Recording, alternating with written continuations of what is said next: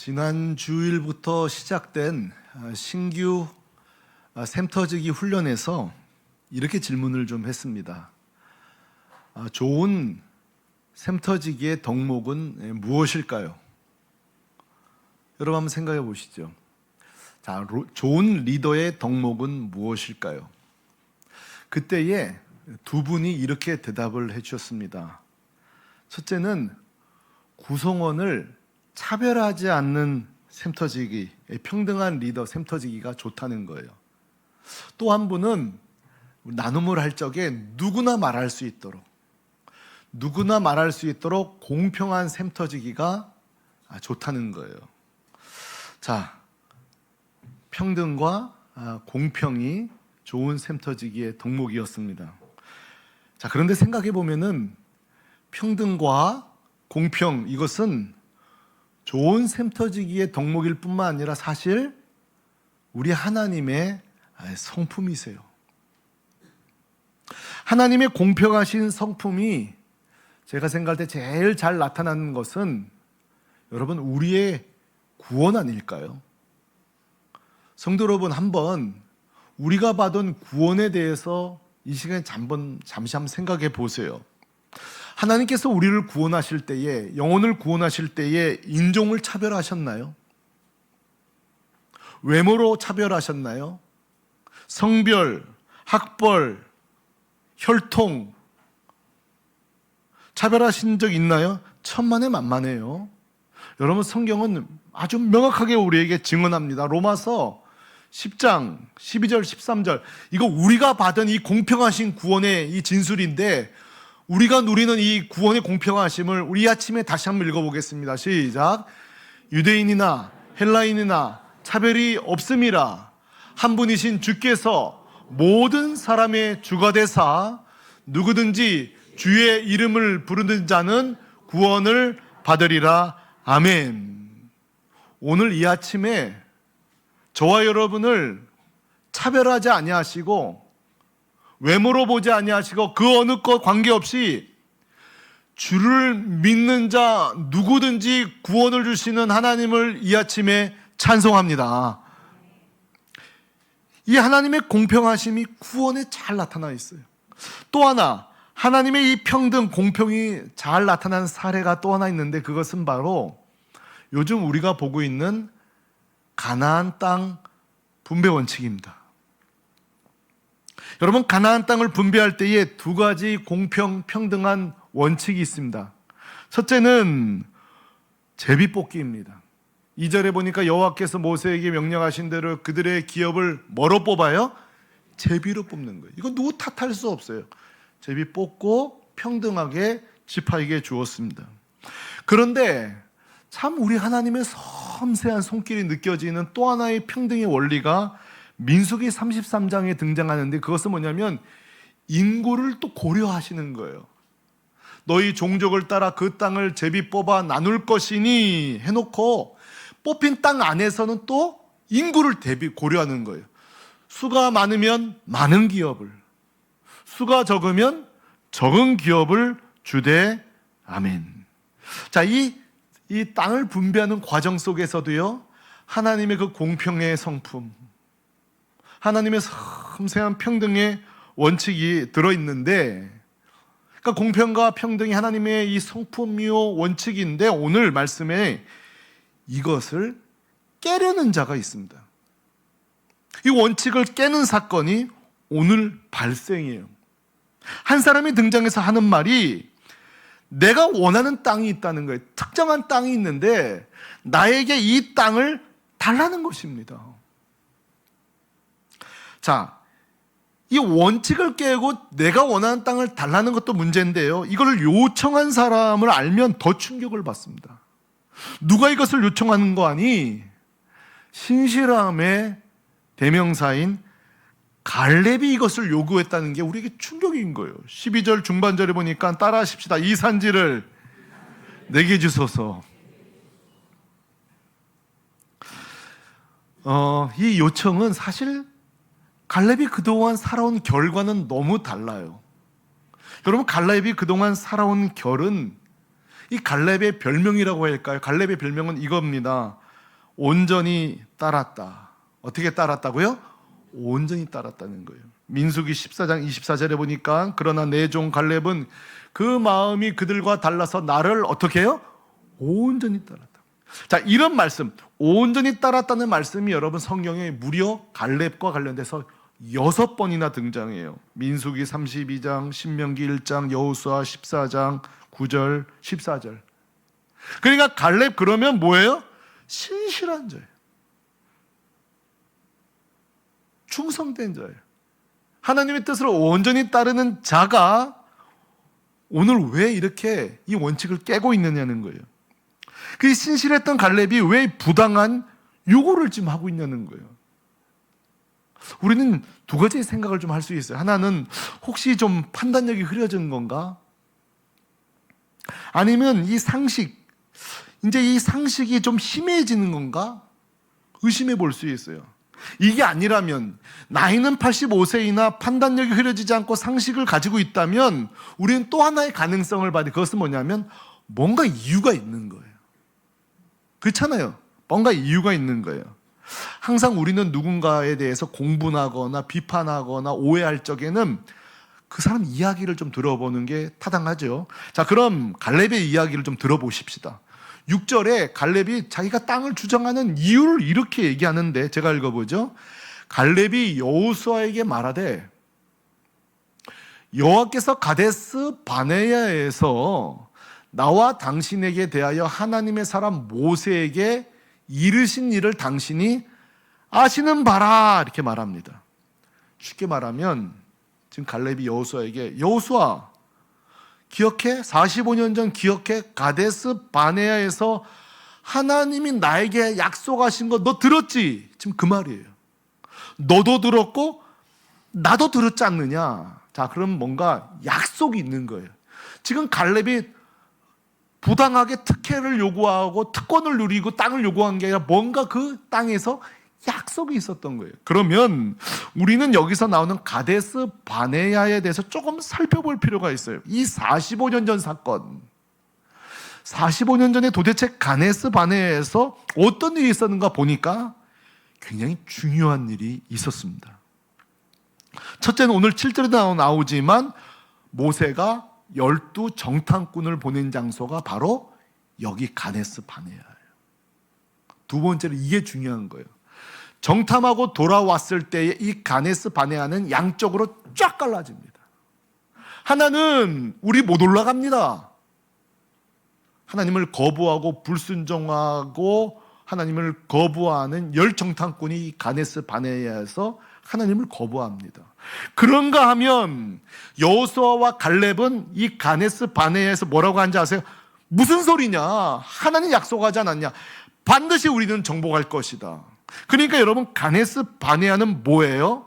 한쪽은 불순종의 고백의 장소요, 한쪽은 믿음의 고백, 순종의 고백이 있는 장소가 이 가데스 바네아인 거예요. 이 갈렙이 여기서 자기가 했던 믿음의 순종, 믿음의 결단을 얘기했을 때에 이게 중요한 거예요. 이 모두가 하나님을 반대한 이때에 순종하는 갈렙에게 9절에 보니까 하나님이 이렇게 약속하신 적이 있네요. 이게 오늘 갈렙의 요구의 타당성이에요. 9절 같이 읽습니다. 시작. 그날에 모세가 맹세하 이르되 내가 내 하나님 여호와께 충성하였은즉 내 발로 밟는 땅은 영원히 너와 내 자손이 기업이 되리라 하였나이다. 아멘. 그러니까 성도 여러분, 이제 우리가 좀 이해가 되는 거예요. 난데없이 갈렙이 반칙을 하고 특권, 특혜를 좀 누리려고 하는 게 아니라 그때의 하나님이 약속하신 거예요. 너가 발로 밟는 그 땅을 내가 너에게 주겠다 하고 지금 그것을 요구하고 있는 거예요. 자, 이 부분을 좀 진도 나가기 전에 먼저 좀 이 얘기를 좀 나누고 싶어요. 저는 오늘 이 가데스 바네아에 대해서 묵상하다가 말씀을 준비하다가 저 자신에게 물어봤어요. 아까 뭐라고 그랬어요? 가데스 바네아는 모두가 하나님께 노하는 순간에 나 홀로 예스하는 장소예요. 나 홀로 순종의 장소예요. 나 홀로 믿음의 결단을 하는 장소예요. 모두가 불신앙의 결단을 할 때에 믿음의 결단을 한 장소가 가데스 바네아인데 저는 자신에게 물어봤어요. 이정철 이 목사, 나는 내가 살아오는 인생 가운데 나는 가데스 바네아가 있었는가? 한번 질문해 보는 거예요. 그리고 여러분에게도 묻고 싶어요. 성도 여러분, 우리 인생 가운데 하나님 편을 택하는 가데스 바네아가 여러분에게 있습니까? 이런 것입니다. 가령 우리 여기 지금 청년들, 젊은이들 계세요. 직장인들 계시잖아요. 요즘 우리 직장 생활 쉽나요? 직장에 믿는 사람 없죠. 신앙으로 살기 어렵죠. 믿는 사람도 없는데 전부 다 돈 중심, 유행, 쾌락, 성공, 세속주의를 따라가는데 그 중에 어떤 청년이, 어떤 그리스도인 직장인이 나는 예수님만 따라가겠다, 난 주님만 의지하겠다. 여러분, 바로 그 장소가 가데스 바네아인 줄로 믿습니다. 여러분, 요즘 대학생들요, 예수 믿기가 얼마나 어려운지 아세요? 우리가 대학 다닐 때만 해도요, 누가 전도하면요, 두세 명이 같이 도와줬어요. 나도 교회 다녀, 나도 교회 다녀. 교회 나가봐. 전도할 때 돕는 조력자들이 있었다고요. 근데 여러분, 요즘 대학 가보면 과에 예수 믿는 사람이 없어요. 내가 전도할 때에 도와주는 사람이 없어요. 아무도 예수 믿잖아요. 그러니 요즘 캠퍼스에서 전도한다? 캠퍼스에서 우리가 복음을 전하고 신앙으로 산다? 정말 어려워요. 근데 보세요. 어떤 믿는 크리스천 학생이 아무도 믿지 않는 캠퍼스에서, 빈 강의실에서 혼자 큐티를 하고 있다고 보자고요. 캠퍼스 잔디에서 전도하고 있다고 보자고요. 바로 그곳이 가데스 바네아인 줄로 믿습니다. 어제 우리 교회 한 청년이 연락이 왔는데 자기가 학교에서 2시간 전도했다는 거예요. 어제 여러분 얼마나 추웠어요. 얼마나 강풍이 불었어요. 제가요, 이 동네 이사 와서요, 6년 만에 처음 본 장면이 뭔지 아세요? 제가 어제 출근하는데 사람들이 하늘을 다 쳐다보고 있어요. 그래서 내가 주님이 오시나 하고 탔더니만 주님이 오신 게 아니라 강풍이 불어서 비행기가 착륙하다가 회항하는 걸 처음 봤어요. 저 어제 처음 봤어요. 그러니까 여러분, 이 비행기가 이렇게 랜딩할 때에 최소 엔진 빼고 다 끄잖아요. 근데 강풍이 부니까 갑자기 엔진 키면서, 그러니까 굉장히 위급한 순간이었던 것 같아요. 그러니까 사람들이 다 쳐다보는데 비행기가 갑자기 이제 이게 막 뜨는 거예요. 그러니까 막 저도 이게 보게 되는 거죠. 어제 그 정도로 강풍이 불었어요. 비행기 얘기는 그만하고요. 중요한 거는 청년이 그 강풍에 전도했다는 거예요. 캠퍼스에서. 여러분, 이게 뭐예요? 그 청년에게는 그것이 가데스 바네아인 거예요.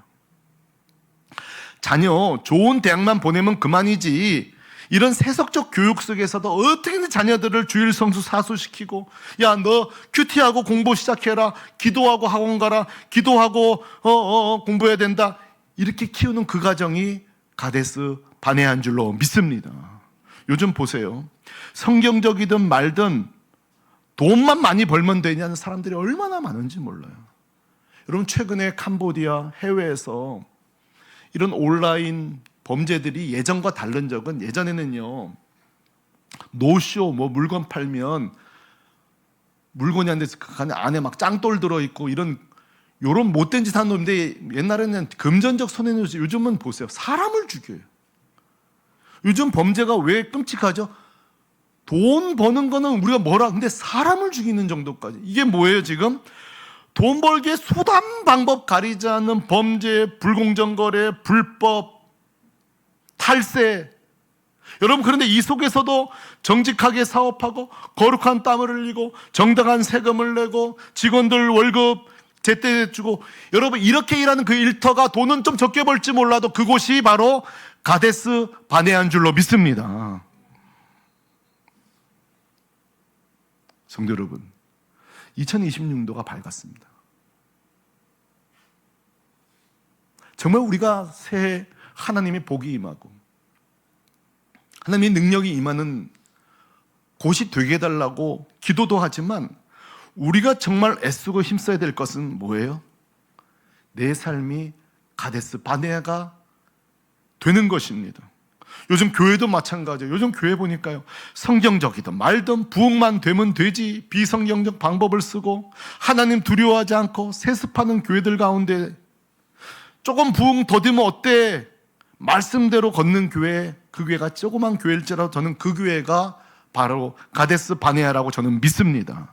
자, 2026년도 우리 새물교회 성도 여러분, 여러분의 삶의 모든 영역이 모두 다 하나님 앞에 노할 때에 Yes, my Lord, 주님, 나는 주님 따르겠습니다. 여러분의 삶의 모든 영역이 가데스 바네아가 되기를 주님의 이름으로 축원합니다. 다시 갈렙의 땅 이야기로 돌아옵시다. 드디어 의문이 풀렸어요. 갈렙의 땅 요구는 우리가 공분하면서 이 설교를 시작했잖아요. 어떻게 저렇게 특혜를 누리나, 저렇게 특권을 요구하나 우리가 생각했었는데 45년 전 가데스 바네아에 하나님의 약속이 있다는 것을, 그리고 그 약속에 대한 정당한 요구라는 것은 우리가 오늘 알게 되었습니다. 그런데 하나 제가 더 살피고 싶은 것은, 아무리 그럴지라도 특권이라는 걸 좀 지울 수는 없는 것 같아요. 그렇죠? 아무리 그래도. 그러나 여러분 이렇게 생각해 보세요. 어떤 것이 특혜냐, 특권이냐, 특혜가 아니냐 기준이 있습니다. 그게 뭔지 아세요? 거기에 이익이 있느냐 없느냐입니다. 그렇죠, 여러분? 여러분 누군가 이렇게 범죄를 수사할 때에 그게 대가성이냐 아니냐, 순수한 거냐 했을 때는 어떤 이익이 주고 갔느냐에 범죄가 성립되고 안 되고 합니다. 그럼 저는 이렇게 묻고 싶은 거예요. 갈렙이 과연 이 땅을 차지하고 어떤 이익이 있었는가 제가 한번 생각해 본 거예요. 그런데 성도 여러분 잘 보세요. 이 갈렙이 요구한 지명을 여러분 들으시면, 이 갈렙이 요청한 땅 지명을 들으시면 결코 특혜가 아니라는 것을 알게 될 거예요. 자, 두 구절을 제가 근거 본문으로 소개하겠습니다. 12절 중반절과 15절. 이 갈렙이 요청한 땅이 여러분 헤브론인데, 이 헤브론이 도대체 어떤 곳인지 좀 들어보실래요? 같이 읽어요. 시작. 당신도 그날에 들으셨거니와 그곳에는 아낙 사람이 있고 그 성읍들은 크고 견고할지라도 헤브론의 옛 이름은 기럇 아르바라. 아르바는 아낙 사람들 가운데서 가장 큰 사람이었더라. 아멘. 자, 성도 여러분, 이 갈렙이 요구한 땅이 헤브론인데 과연 이 헤브론이 특권일까요? 천만에 만만해. 여기 말씀 보세요. 거기에는 모두가 기피하고 회피하는 아낙 자손이 사는 땅입니다. 그런데 아낙 자손도 무서운데 15절에 보니까 아낙 사람 가운데서도 가장 뭐한 사람이라고요? 큰 사람들이 있었다. 두 번째, 그 성읍들은 크고 견고했다고 말합니다. 그러면 정리해보면 헤브론은 아낙 자손 중 가장 큰 장수들이 거주하는 곳이요, 크고 견고한 성읍이요. 갈렙이 그러죠. 이 산지를 내게 주소서, 이 산지를 내게 주소서 하죠. 이건 그냥 하는 소리가 아니라 진짜 산지예요. 이 헤브론이 해발 900m 고산지입니다. 이 평지를 내게 주소서 그러면 특혜일 거예요. 특권입니다. 그러나 여러분, 이 산지는 농사 지을 수 없는 곳이에요. 농사가 안 되는 곳이에요. 험준한 산지요, 척박한 바위입니다. 만약에 갈렙이 그 당시 땅 중에 제가 연구해 보니까 제일 좋은 두 땅이 있더군요. 제일 좋은 두 땅. 어디냐면 하나가 이스라엘 평원이고요. 두 번째가 샤론 평이에요. 이스라엘 평원은 강수량이 많고 매우 비옥한 땅이고요. 샤론 평원은 해안진에 유일하게 기름진 땅이 이 두 곳이에요. 그러니까 사실은 하나님께서 갈렙에게 이르잖아요. 내가 밟는 땅, 네가 먼저 밟는 땅은 너에게 주마. 그러면 자, 오늘 아침에 한번 정직해 보십시다. 여러분이 갈렙이라면 솔직히 다 정직해 주셔야 돼요. 헤브론을 택하겠어요? 이스라엘 평원을 택하겠어요? 이스라엘 평원이죠. 헤브론을 택하겠어요? 샤론 평지를 택하겠어요? 샤론 평지죠. 갈렙도 얼마든지 좋은 땅, 비옥한 땅, 이스라엘 평지, 샤론 평야를 선택할 수 있다고요. 그런데 오늘 보세요. 모두가 꺼려하는, 특혜인 줄 알았는데 모두가 꺼려하는 어디를 선택한 거예요? 헤브론을 선택한 거예요. 그러므로 성도 여러분, 헤브론은요, 특혜가 아니라 희생이었습니다. 이 헤브론을 택했다는 것은 특권이 아니라 헌신이었던 거예요.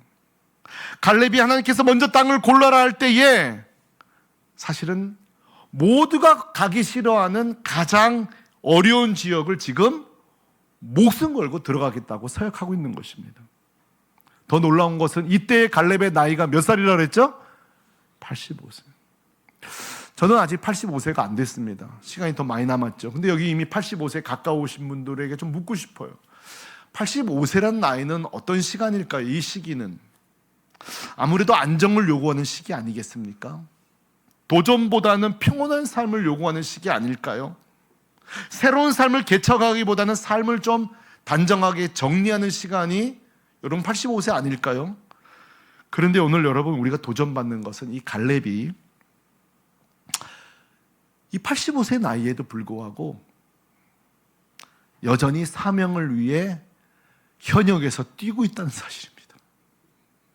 이게 저에게 도전이 된 거예요.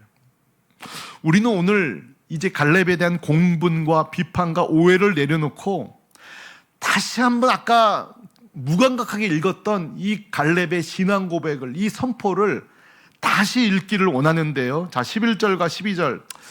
야, 내가 저렇게 살아야 되는 거 아닌가 좀 도전받으면서 저 두 구절을 우리 다 같이 목소리 높여서 읽겠습니다. 시작. 모세가 나를 보내던 날과 같이 오늘도 내가 여전히 강건하니 내 힘이 그때나 지금이나 같아서 싸움에나 출입에 감당할 수 있으니 그날에 여호와께서 말씀하신 이 산지를 지금 내게 주소서. 당신도 그날에 들으셨거니와 이곳에는 아낙 사람이 많고 있고 그 성읍들은 크고 견고할지라도 여호와께서 나와 함께 하시면 내가 여호와께서 말씀하신 대로 그들을 쫓아내리이다 하니 아멘.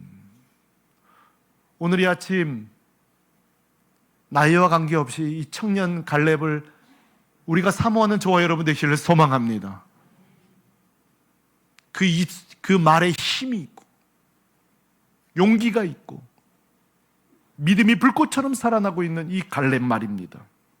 저는 오늘 이 갈렙을 고만히 묵상하면서 이 갈렙의 모습 속에 예수님이 이렇게 오버랩되는 게 느껴졌어요. 이 갈렙을 보고 있는데 예수님이 느껴지는 거예요. 갈렙이 뭐예요?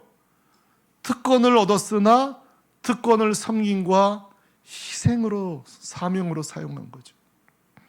우리 예수님도 마찬가지 아닙니까? 성도 여러분, 예수님의 특권이 뭡니까? 예수님은 하나님의 아들이십니다. 믿습니까? 근데 여러분, 하나님의 아들이 이 땅에 무방비 사람으로 왔다는 것이죠. 예수님은 섬김 받으시기 합당한 왕의 특권을 가지고 계십니다. 그런데 이 땅에 오셔서 왕이 아니라 종으로 특권을 섬김으로 사용하셨습니다. 예수님은 어떤 독재자처럼 누군가에게 희생을 요구하는 자일 수도 있습니다만 예수님은 오히려 십자가에서 죽기까지 우리를 위해 희생하셨습니다. 하나님의 아들이요 왕이요 전능하신 분이나 그 특권을, 특혜를 우리를 위해 사용하시고 십자가에 죽으신 예수님을 이 아침에 찬송합니다. 자, 보세요. 오늘 갈렙과 예수님이 우리에게 보여주고 있는 것은 뭐예요? 특권과 특혜가 아니라 섬김과 희생이에요. 그러나 오늘 여기까지 제 설교가 여러분에게 지적인 동의는 아마 일으켰을 거예요. 그래, 내가 특권 누리지 말아야지, 특혜를 누리지 말아야지. 지식적 동의는 했을지 모르나 조금 더 정직해질 필요가 있어요. 여러분은 어떤지 몰라도요, 저는 아직도 제 안에, 제가 예수 믿고 목사가 되었음을 불구하고요, 제 안에 제 본성은요, 저에게 뭐라고 말하는지 아세요? 남보다 하나라도 더 특권을 누리기를 원합니다.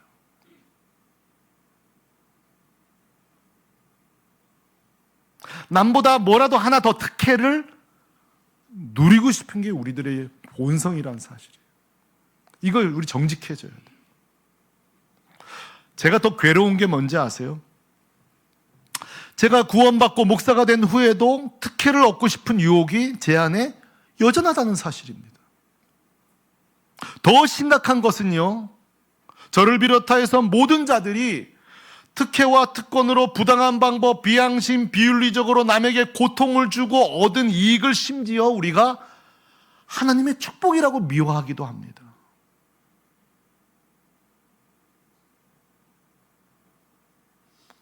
때로는 제 기도를 보면요, 제가 제 기도를 고만히 보는 거예요. 제가 하나님 우리 교회 부흥되게 해주십시오 해놓고도요, 한번 생각해 보세요. 여러분, 교회가 부흥된다는 거는요, 사실 이게 쉬운 게 아니에요. 태어나서 교회가 설립되고 생존기를 거치고 또 여러 가지 갈등과 쇠퇴기, 이런 복잡다변한 매개 변수를 지지고 볶으면서 교회가 성장하는 건데, 제 기도는요, 사실 보면 이런 거 없이 그냥 좀 부흥했으면 하는, 사실 제 기도마저도 특혜가 들어있는 거예요. 제가 우리 삼남매 아이를 놓고 기도할 때도 가끔씩 기도해 놓고 깜짝 놀래요. 하나님 우리 아이들 고난도 없게 하시고 환난도 없게 하시고, 막 기도해 놓고도 우리 이렇게 기도하지 않는 분이 어디. 그러나 내 기도가 하나님의 놀라운 계획 속에는요, 고난도 있고 낙심도 있고 절망도 있고, 이 하나님의 이 고차원적인 버무림 속에서 한 자녀가 성장하는 거거든요. 그래 안 그래요? 그런데 제 기도에 특혜가 들어있다니까요. 이런 거 다 빼버리고 우리 아이들 환난, 어려움 없이 성장하게 하여 주옵소서. 그러니까 어떻게 보면 우리 기도마저도 희생하려는 기도가 아니라 특혜를 누리는 기도가 들어있지 않은가, 제가 상당히 설교하면서 많은 생각을 했어요. 제가 또 부끄러운 고백도 했어요. 제가 어린 시절에 우리 아이들 데리고 뭐 어디 가면은, 지금 추억해 볼 때에 뭐 지인이라는 이유만으로 줄 안 서고 그렇게 딱 들어가고, 제가 의심했던 거죠. 아빠 아는 사람이 아는 집이야 이러면서 말이죠. 근데 지금 생각해 보니까 그 다 내가 특혜를 사용한 것들이에요. 특혜를 사용한 거예요. 그런 작은 것부터 큰 것까지 우리 안에 뭐 하나로도 특권과 특혜를 누리고자 하는 욕망들이 우리 안에 있다는 거예요. 사실 이스라엘의 실패가 어디서 온지 아세요? 자, 이스라엘을 하나님이 선민 나라로 택하셨어요. 아시죠? 근데 그 선민으로 이스라엘을 택한 이유가 뭐죠? 모든 민족들은 복 하나도 안 주고 이 이스라엘만 복 주시려고 한 게 아니에요. 여기에 이 선민 사상의 큰 오해와 이 잘못된 가치관이 들어간 게 뭐냐면, 이 택하신 게 특혜가 아니라 이스라엘을 택해서 온 열방을 섬기는 축복의 통로로 쓰시려고 했던 거예요, 사실. 성도 여러분, 우리도 여러분 잘 생각하셔야 돼요. 우리에게 건강을 주시고, 우리가 남보다 공부를 많이 하고 재정이 넉넉함이 있고, 그래요, 우리가 축복이라고 불러요. 여러분, 이 선민 축복을 우리에게 주신 이유가 뭔지 아세요? 자랑하려고요? 의시되려고? 천만에 만만에 우리의 이 모든 축복을 통해 남을 섬기고 희생하고 도우라고 주신 줄로 믿습니다. 잘 생각하셔야 돼요. 잘 생각하셔야 돼요. 그래서 제가 어떻게 하면 좋을까? 오늘 이 설교가 사실 여기 모르는 사람 어디 있어요? 그럼에도 불구하고 우리 안에 있는 이 더 특권과 특혜를 누리고자 하는 이 죄성을 어떻게 도말할 수 있을까 하다가 세 가지 제안을 제가 좀 드리고 설교를 마무리할게요. 어떻게 하면 좋을까? 아는데도 안 되는 이 특권의식, 특혜, 어떻게 하면 좋을까? 첫 번째로 제안을 드릴게요. 한번 따라 하십시다. 특권의식을 해체하라. 제가 해체라는 단어를 쓴 이유가 있습니다. 자, 특권의식을 어떻게 해체하느냐? 우리가 자꾸 섬김받고 싶고 특혜를 누리고 싶을 때마다 십자가 정신, 어떤 정신이요? 십자가 정신으로 특권의식을 해체하시길 바라요. 해체라는 게 뭔지 아세요? 완전히 분해해 버리는 거예요. 우리의 이 욕망은요, 이렇게 부대 수준으로 가지 않으면 죽지 않습니다. 이거 정말 죽질 않아요. 이 십자가 정신으로 우리의 자꾸 특권 의식을 해체해야 되는 거예요. 두 번째로, 계속 남의 특권, 특혜가 부러워요, 우리가. 이때 하실 일이 있습니다. 따라합시다. 하나님의 은혜를 확신하라. 여러분 잘 기억하시고, 아니 이건 뭐 기억할 필요도 없어요. 우리 주변에 부당하게 불법적으로 특권 누렸던 사람은 지금 다 망하고 있습니다. 부당한 청탁, 부당한 자리, 부당한 혜택, 전부 다. 옛날에는 하나도 안 들켰죠. 막 SNS 나 저 사람 봤어요. 전부 다 눈이, 사방에 눈이 있어요. 우리를 감시하는. 여러분, 특혜, 특권 반드시 망합니다. 우리 성도는 어떻게 생각해야 되냐? 나만의 은혜가 있다는 걸 확신하셔야 됩니다. 남의 특혜, 나보다 빠른 거, 남의 그 특권 절대 부러워하지 마세요. 빠른 길, 망하는 길입니다. 마지막으로 아까 나눴죠. 특혜와 특권을 사명과 섬김에 사용하시기 바랍니다. 특별한 건강을 받으셨습니까? 끝까지 사용하십시오. 학벌이 좋으십니까? 특별한 지혜가 있습니까? 재정의 넉넉함이 있습니까? 그거 여러분, 선민재정, 선민공부, 선민건강 절대 아닙니다. 다 섬기라고, 희생하라고, 도우라고, 자랑용이 아니라 사명용으로 사용하시기를 주님의 이름으로 축원합니다. 2026년 시작하면서 오늘 갈렙이, 우리 예수님이 우리의 이 죄성을 노골적으로 고발하면서 우리가 하나님이 주신 우리 인생을 어디 또 특혜, 특권이 있나 살피지 말고 내게 주신 은혜에 족하게 여기고 주신 축복 하나라도 있으면 아름답게 사용하는 사명자들 되시기를 우리 주 예수 그리스도의 이름으로 축원합니다. 축원합니다.